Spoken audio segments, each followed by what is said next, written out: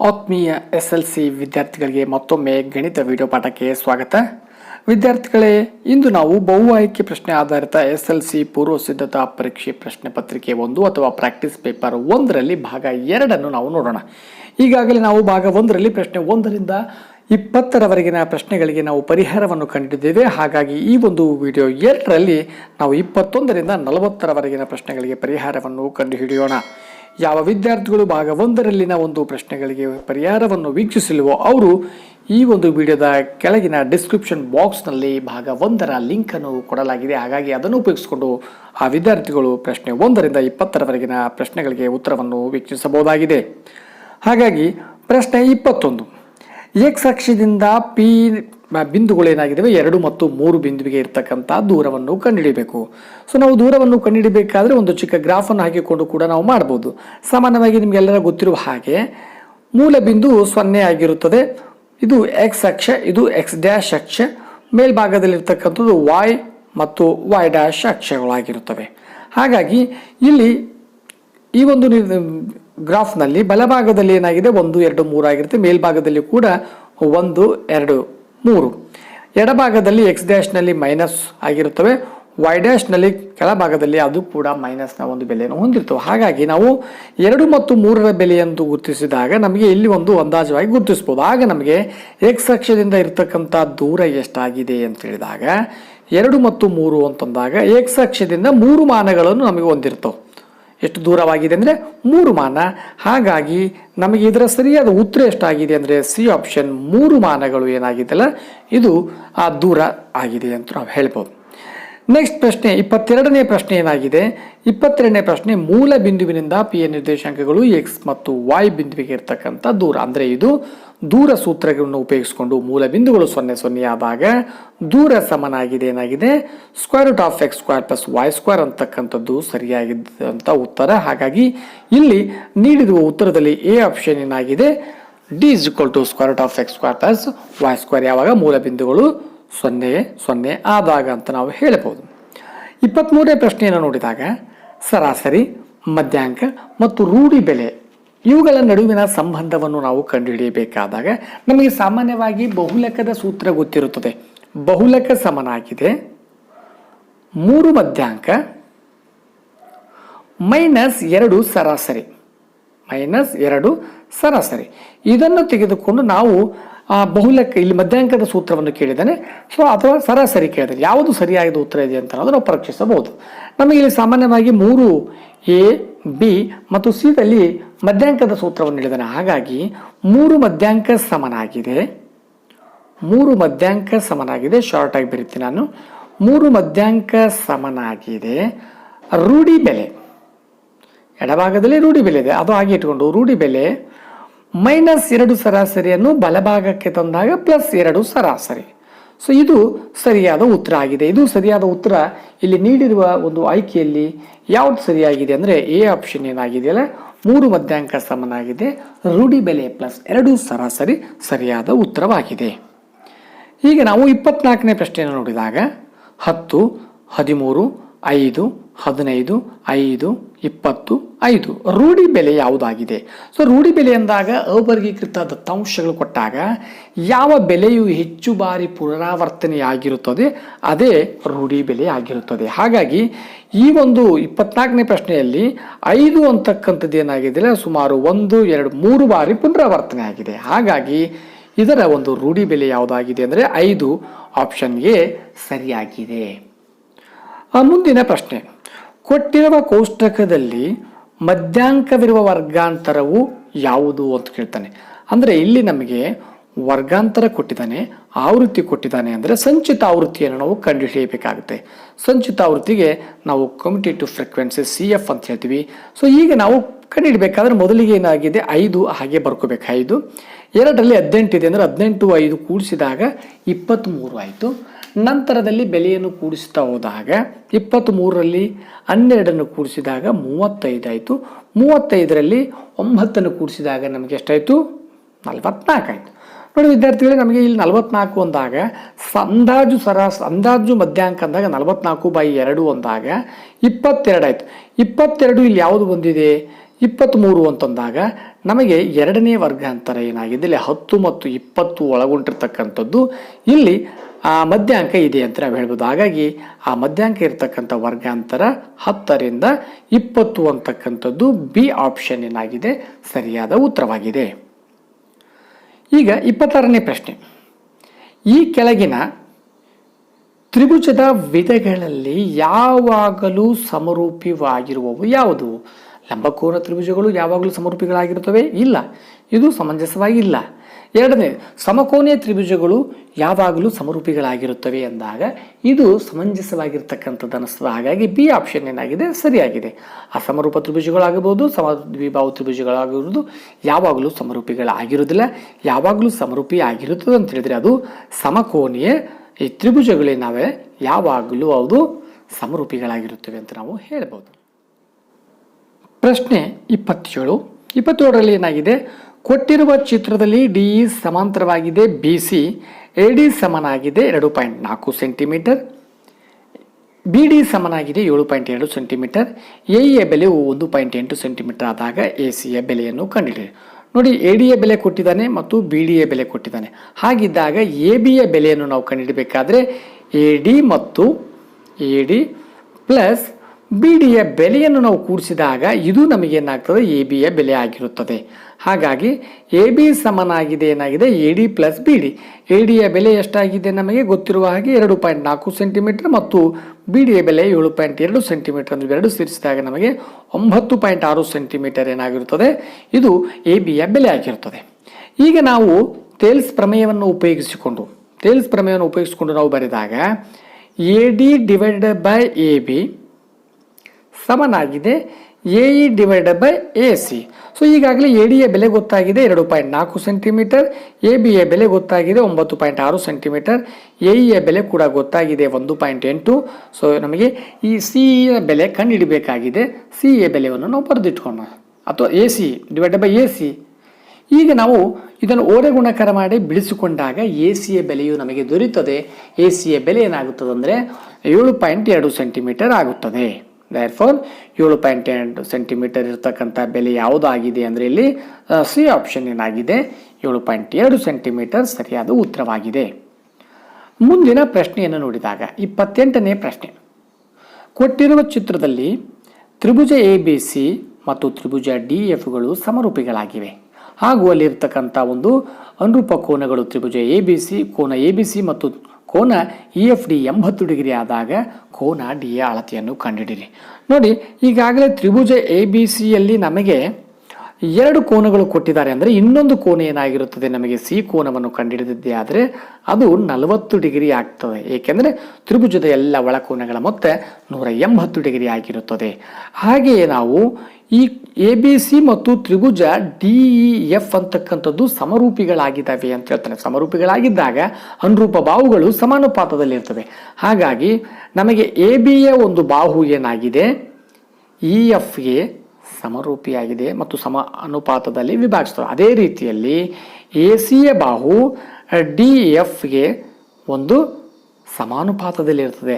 ಹಾಗೆ BCಯ ಬಾಹು ಏನಾಗಿದೆ DEಯ ಬಾಹುವಿಗೆ ಸಮಾನುಪಾತದಲ್ಲಿ ವಿಭಾಗಿಸುತ್ತದೆ ಎಂದ ಆಗ ನಮಗೆ ಅವುಗಳ ಅನುರೂಪ ಕೋನಗಳು ಏನಾಗಿರ್ತವೆ ಸಮನಾಗಿರ್ತವೆ. ಹಾಗಾಗಿ ಈ D ಕೋನವೇನಾಗಿದೆ ಈ C ಕೋನಕ್ಕೆ ಸಮನಾಗಿದೆ ಅಂದಾಗ ಇದು ಕೂಡ 40 ಡಿಗ್ರಿ ಹೊಂದಿರುತ್ತದೆ.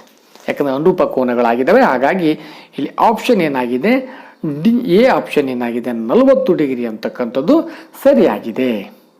29ನೇ ಪ್ರಶ್ನೆ, ಕೊಟ್ಟಿರುವ ಚಿತ್ರದಲ್ಲಿ ಲಂಬಕೋನ ತ್ರಿಭುಜ ಆಗಿದೆ ABC ಅಂತಕ್ಕಂಥದ್ದು 90 ಡಿಗ್ರಿ ಆಗಿದೆ. ಇಲ್ಲಿ ಕೋನ BD ಲಂಬವಾಗಿದೆ AC, AB ಸಮನಾಗಿದೆ 12 ಸೆಂಟಿಮೀಟರ್ ಮತ್ತು BC ಸಮನಾಗಿದೆ 9 ಸೆಂಟಿಮೀಟರ್. ಆದರೆ CA ಅಥವಾ ACಯ ಬೆಲೆ 15 ಸೆಂಟಿಮೀಟರ್ ಆದಾಗ ADಯ ಉದ್ದವನ್ನು ಕಂಡುಹಿಡಿಯಿರಿ.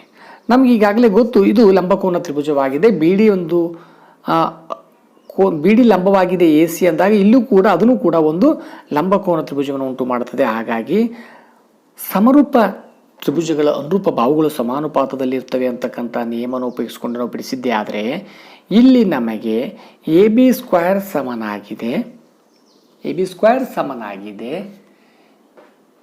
AD ಇಂಟು AC ಅಂತ ನಾವು ಹೇಳ್ಬೋದು. A D into A C ಅಂತ ಹೇಳಿದಾಗ ಇಲ್ಲಿ ಕೊಟ್ಟಿರುವ ಬೆಲೆ ಎ ಬಿಯ ಬೆಲೆ 12 ಆಗಿದೆ. ಎ ಡಿಯ ಬೆಲೆ ಕಂಡು ಹಿಡಿಯಬೇಕಾಗಿದೆ. ಎ ಸಿಯ ಬೆಲೆ ಎಷ್ಟಾಗಿದೆ? 15 ಆಗಿದೆ.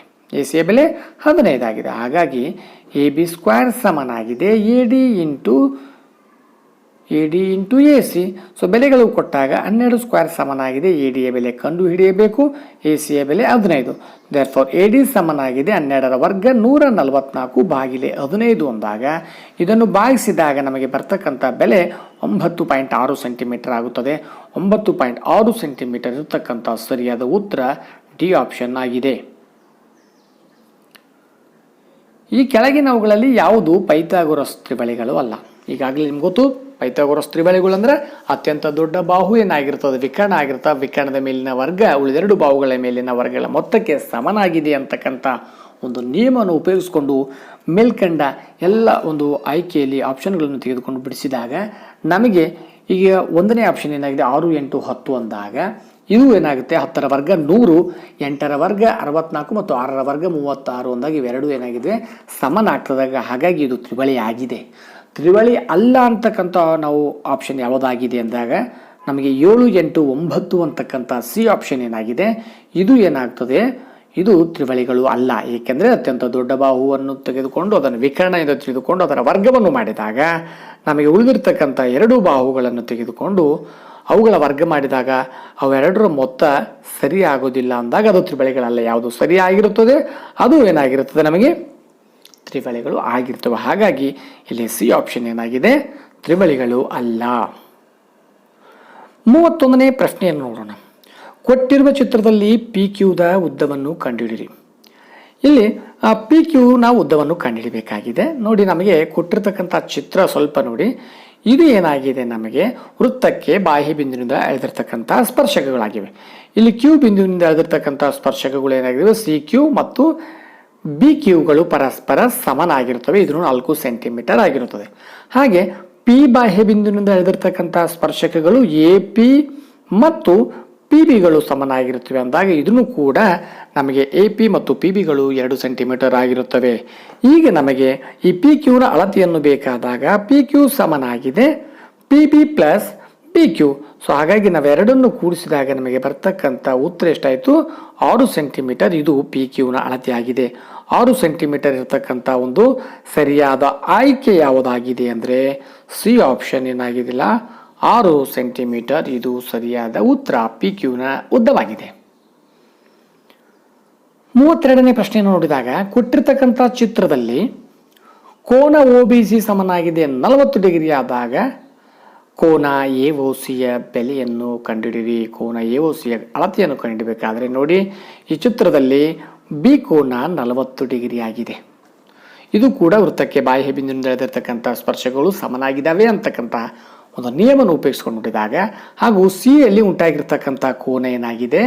ಇದು ಸ್ಪರ್ಶಕದ ಸ್ಪರ್ಶ ಬಿಂದುವಿನಿಂದ ಕೇಂದ್ರಕ್ಕೆ ಎಳೆದಿರ್ತಕ್ಕಂಥ ಒಂದು ಸ್ಪರ್ಶಕ ಎಂದು 90 ಡಿಗ್ರಿ ಆಗಿರುತ್ತದೆ. ಅಂದರೆ ಅದು ಲಂಬವಾಗಿರುತ್ತದೆ. ನೋಡಿ, ಒಂದು 40 ಒಂದು 90 ಅಂದಾಗ 130 ಆಯಿತು. 130 ಅಂದಾಗ ಈ ತ್ರಿಭುಜವನ್ನು ತೆಗೆದುಕೊಂಡಾಗ ಬಿ ಒ ಸಿ ತ್ರಿಭುಜವನ್ನು ತೆಗೆದುಕೊಂಡಾಗ ಇದು 50 ಡಿಗ್ರಿ ಆಗಿರ್ತದೆ. ಹಾಗಾಗಿ ಈ ಕಡೆ ಕೂಡ 50 ಡಿಗ್ರಿನೇ ಆಗಿರುತ್ತೆ. ಏಕೆಂದರೆ ಬಾಹ್ಯ ಬಿಂದುವಿನಿಂದ ವೃತ್ತಕ್ಕೆ ಎಳೆದಿರ್ತಕ್ಕಂಥ ಸ್ಪರ್ಶಕಗಳು ಪರಸ್ಪರ ಸಮನಾಗಿರುತ್ತವೆ ಹಾಗೂ ಸ್ಪರ್ಶಕದ ಸ್ಪರ್ಶ ಬಿಂದುವಿನಿಂದ ಕೇಂದ್ರಕ್ಕೆ ಎಳೆದಿರ್ತಕ್ಕಂಥ ರೇಖೆ ಏನಾಗಿದೆ? ಲಂಬವಾಗಿರುತ್ತದೆ ಎನ್ನುವ ಕಂಡೀಷನ್ ಉಪಯೋಗಿಸ್ಕೊಂಡು ನೋಡಿದಾಗ ನಮಗೆ ಇದನ್ನು ಕೂಡ ಏನಾಗಿದೆ? 50 ಆಗಿದೆ ಅಂದಾಗ ಓ ಕೇಂದ್ರ ಕೋನ, ಒಟ್ಟು ಕೇಂದ್ರ ಕೋನ ಎಷ್ಟಾಗಿದೆ ಅಂದರೆ 50 + 50 100 ಡಿಗ್ರಿ ಅಂತಕ್ಕಂಥದ್ದು. 100 ಡಿಗ್ರಿ ಇರುವ ಉತ್ತರ ಸಿ ಆಪ್ಷನ್ ಆಗಿದೆ. ಮುಂದಿನ ಪ್ರಶ್ನೆ 33ನೇ ಪ್ರಶ್ನೆ. ವೃತ್ತದ ಒಂದೇ ಒಂದು ಬಿಂದುವಿನಲ್ಲಿ ಹಾದು ಹೋಗುವ ಸರಳ ರೇಖೆ ಯಾವುದು? ವೃತ್ತದ ಒಂದೇ ಒಂದು ಬಿಂದುವಿನಲ್ಲಿ ಹಾದು ಹೋಗ್ತಕ್ಕಂಥದ್ದು. ನೋಡಿ, ಇದು ಒಂದು ವೃತ್ತ ಇದೆ, ಇದು ಒಂದೇ ಒಂದು ಬಿಂದುವಿನಲ್ಲಿ ಹಾದು ಹೋಗ್ತದೆ ಅಂತಂದ್ರೆ ಇಂಥದ ರೇಖೆಗೆ ಏನು ಹೇಳ್ತೀವಿ ನಾವು? ಛೇದಕ ಹೇಳ್ತೀವ? ಅಲ್ಲ. ತ್ರಿಜ್ಯ ಹೇಳ್ತೀವಿ? ಇಲ್ಲ. ವ್ಯಾಸ ಹೇಳ್ತೀವೋ? ಇಲ್ಲ. ನಾವೇನಂತೀವಿ? ಸ್ಪರ್ಶಕ ಎಂದು ಕರೆಯುತ್ತೇವೆ. ಹಾಗಾಗಿ ವೃತ್ತದ ಒಂದೇ ಒಂದು ಬಿಂದುವಿನಲ್ಲಿ ಹಾದು ಹೋಗ್ತಕ್ಕಂಥ ಸರಳ ರೇಖೆಯು ಸ್ಪರ್ಶಕವಾಗಿರುತ್ತದೆ. 34ನೇ ಪ್ರಶ್ನೆ. ಎ ಬಿ ರೇಖಾಖಂಡವನ್ನು 4:7 ಅನುಪಾತದಲ್ಲಿ ವಿಭಾಗಿಸತಕ್ಕಂಥ ಕೋನ ಬಿ ಎಕ್ಸ್ ಲಘು ಕೋನವಾಗಿರುವಂತೆ ಎ ಎಕ್ಸ್ ರೇಖೆಯನ್ನು ಎಳೆದಿದೆ. ಎ ಎಕ್ಸ್ ರೇಖೆಯ ಮೇಲೆ A1 A2 A3 dash dash dash dash ಸಮರೂಪಗಳ ದೂರಗಳಲ್ಲಿ ಗುರುತಿಸಿದೆ. ಬಿ ಬಿಂದುವಿನೊಂದಿಗೆ ಸೇರಿಸ್ತಕ್ಕಂಥ ಬಿಂದು ಯಾವುದಾಗಿದೆ ಅಂದರೆ ನೋಡಿ, ನಾವು ರಚನೆಯನ್ನು ಮಾಡಬೇಕಾದ್ರೆ ಈಗಾಗಲೇ ನಿಮಗೆ ಗೊತ್ತಾಗಿದೆ. ನೀವು ರಚನೆಯನ್ನು ಮಾಡಿದ್ದೆ ಆದರೆ ನಿಮ್ಗೆ ಗೊತ್ತಾಗ್ತದೆ ಎ ಬಿ ರೇಖಾಖಂಡ ಇದೆ. ಹಾಗಾಗಿ ನಾವು ಈ ರೇಖಾಖಂಡದಲ್ಲಿ A1 A2 A3 A4 ಅಂತ ಬರೆದಿವಿ ಅಂದಾಗ ನಮಗೆ ಅನುಪಾತಗಳು ಎಷ್ಟಾಗಿದ್ದಾವೆ? 4 + 7 ಅಂದಾಗ 11. ಅಂದರೆ 11 ಅಂತಕ್ಕಂಥ ಆಪ್ಷನ್ 11ನಿಂದ ನಾವು ಬಿ ಬಿಂದುವಿಗೆ ಸೇರಿಸ್ತೀವಿ. ಹಾಗಾಗಿ ಇಲ್ಲಿ ಬಿ ಆಪ್ಷನ್ 11 ಏನಾಗಿದೆಯಲ್ಲ, 11 ಸರಿಯಾದ ಉತ್ತರವಾಗಿದೆ. 6 ಮೀಟರ್ ಉದ್ದದ ನೇರವಾಗಿರುವ ಕಂಬವು 400 ಸೆಂಟಿಮೀಟರ್ ಉದ್ದದ ನೆರಳನ್ನು ಉಂಟು ಮಾಡುತ್ತದೆ. ಅದೇ ಸಮಯದಲ್ಲಿ ಒಂದು ಗೋಪುರ 28 ಮೀಟರ್ ಉದ್ದದ ನೆರಳನ್ನು ಉಂಟು ಮಾಡಿದರೆ ಗೋಪುರದ ಎತ್ತರವನ್ನು ಕಂಡುಹಿಡಿಯಬೇಕು. ನೋಡಿ, ಚಿತ್ರದಲ್ಲಿ ನೋಡಿದಾಗ ನಮಗೆ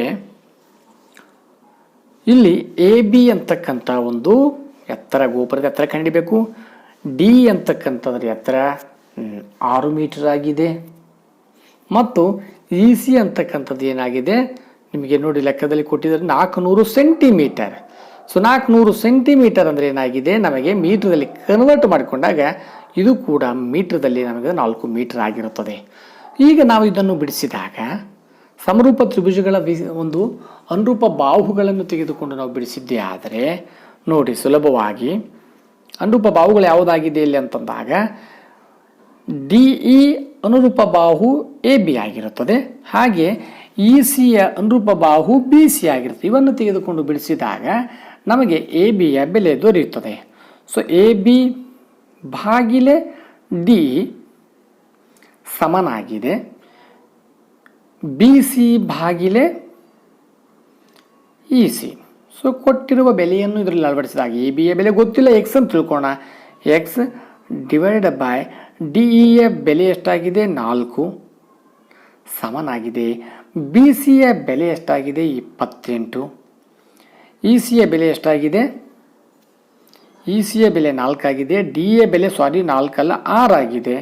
ಈಗ ನಾವು ಓರೆ ಗುಣಾಕಾರ ಮಾಡಿ ಬೆಲೆಯನ್ನು ನಾವು ಕಂಡುಹಿಡಿದಾದಾಗ ಎಕ್ಸ್ ಸಮನಾಗಿದೆ, ಅಥವಾ ಇಲ್ಲಿ ಛೇದವನ್ನು ನೋಡಿ 4 × 4 = 28. ಎಕ್ಸ್ ಸಮನಾಗಿದೆ 6 × 7 ಅಂದಾಗ 42.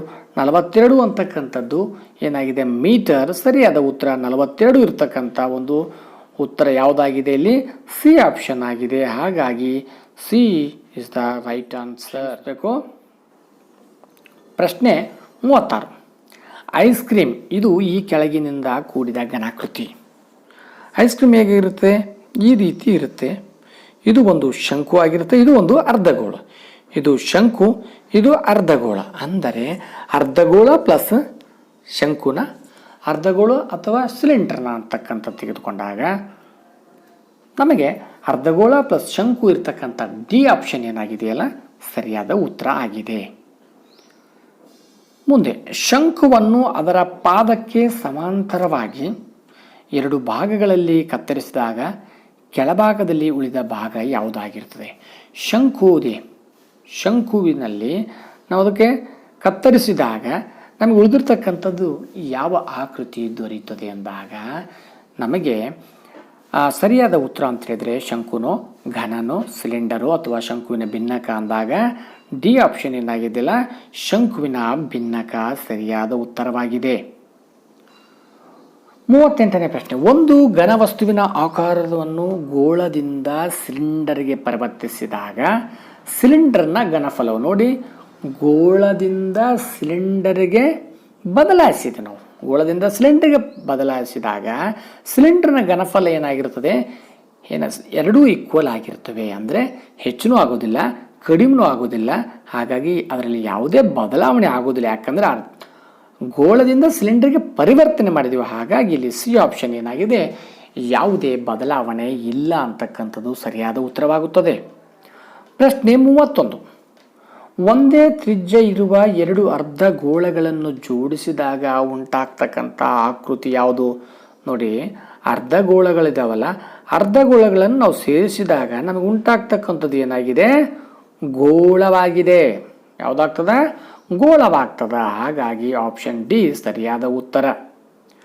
ಚಿತ್ರ 40ರಲ್ಲಿ ಪ್ರಶ್ನೆ 40ರಲ್ಲಿ ಚಿತ್ರದಲ್ಲಿರುವಂತೆ ಲೋಟದ ರೂಪ ಯಾವುದಾಗಿದೆ? ಲೋಟವನ್ನು ನಾವು ಏನು ಮಾಡಿದ್ದೀವಿ? ಕತ್ತರಿಸಿದ್ವಿ. ನಾವು ಶಂಕುವಿಂದ ಕತ್ತರಿಸಿ ಅದು ಶಂಕುವಿನ ಭಿನ್ನಕದ ರೂಪದಲ್ಲಿದೆ. ಹಾಗಾಗಿ ಇದು ಬಿ ಆಪ್ಷನ್ ಏನಾಗಿದೆಯಲ್ಲ, ಶಂಕುವಿನ ಭಿನ್ನಕವಾಗಿದೆ. ವಿದ್ಯಾರ್ಥಿಗಳೇ, ಹೀಗೆ ನಾವು ಇವತ್ತು 21ರಿಂದ 40ರ ಪ್ರಶ್ನೆಗಳಿಗೆ ನಾವು ಪರಿಹಾರವನ್ನು ಚರ್ಚಿಸುತ್ತಾ ಕಂಡುಹಿಡಿದಿದ್ದೇವೆ. ಮುಂದಿನ ಒಂದು ವಿಡಿಯೋದಲ್ಲಿ ನಾವು ಮತ್ತೊಂದು ಅಭ್ಯಾಸ ಪತ್ರಿಕೆಯೊಂದಿಗೆ ನಾವು ಹೊಸ ವಿಷಯವನ್ನು ಕಲಿಯೋಣ. ಧನ್ಯವಾದಗಳು.